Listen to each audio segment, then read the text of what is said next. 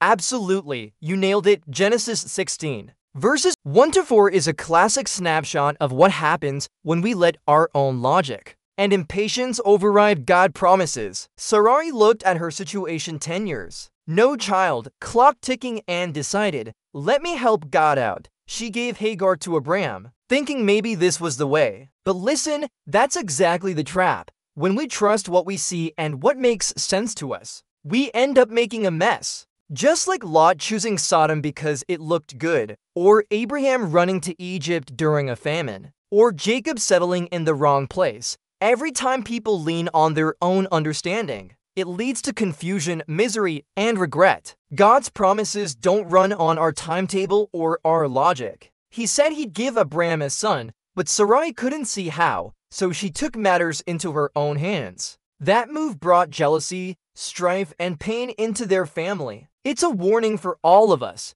When we trust ourselves more than God's word, we end up with chaos. But when we let go of our own plans and trust Him, even when it looks impossible, He brings blessing and peace. Magtiwala ka sa Panginoon ng buong puso mo, at huwag kang manalig sa sarili mong karunungan. Sa lahat ng iyong mga lakad ay kilalanin mo siya, at itutuwid niya ang iyong mga landas. Kawikaan 3, versikulo 5-6, kay JV. Talagang tama ka. Ang Genesis kabanata 16, talata 1-4 ay isang klasikong larawan nung kung ano ang nangyayari kapag hinahayaan nating daigin ang sarili nating lohika at kawalan ng pasensya ang mga pangako ng Diyos.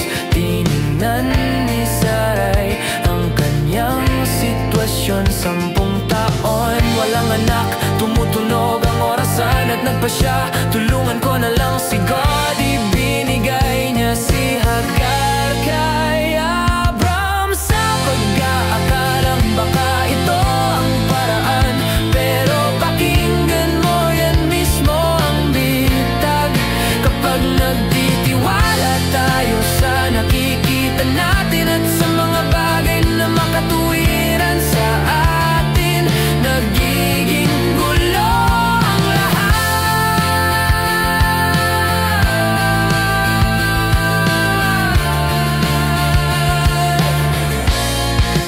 Tulad lang ni Lot na pinili ang Sodom dahil mukhang maganda, o ni Abraham na tumakas patungong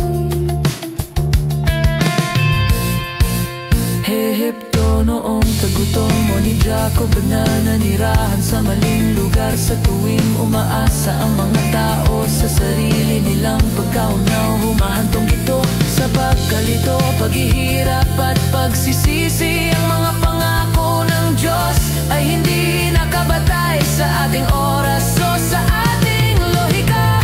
Sinabi niyang bibigyan niya si Abram ng anak, pero hindi makita ni Sarai kung paano, kaya kinuha niya sa sariling kamay ang sitwasyon. Ang hakbang na iyon ay nagdulot ng inggit, alitan at sakit sa kanilang pamilya. Ito ay babala para sa ating lahat. Kapag mas pinagkakatiwalaan natin ang ating sarili kaysa sa salita ng Diyos, hahantong tayo sa kaguluhan. Pero kapag binitawan natin ang sarili nating mga plano at nagtiwala tayo sa Kanya, kahit mukhang imposible, nagdadala siya ng pagpapala. At